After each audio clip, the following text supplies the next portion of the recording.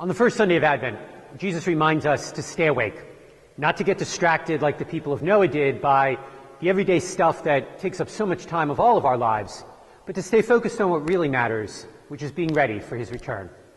During the season of Advent, that is much easier said than done.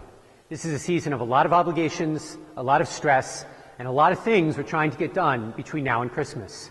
So it's hard to take the reality of what Jesus says and incorporate it into the busy reality of our lives.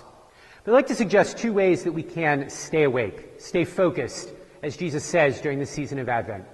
The first is to simplify our schedules by getting rid of those extra obligations, maybe that extra holiday party, that extra event that isn't really something we want to do, that just becomes an extra burden, an extra stress. After all, taking some time for ourselves and our families to really enter into the season is going to get us much closer to what Jesus is talking about than simply going to an obligation for the point of doing it. The second point of simplifying is to simplify the materialism. I think most of us would recognize that Christmas has been hijacked by the consumerism of our society. What can we do to simplify our observance of the holiday, our gift giving, our own realization of Christmas to get back to what it's all about? Two simple suggestions that can help us incorporate Jesus' words into our lives.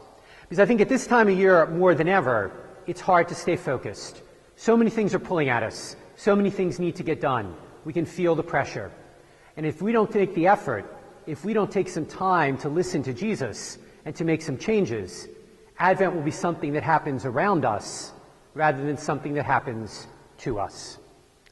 Not a sermon, not preaching at you, just something to think about.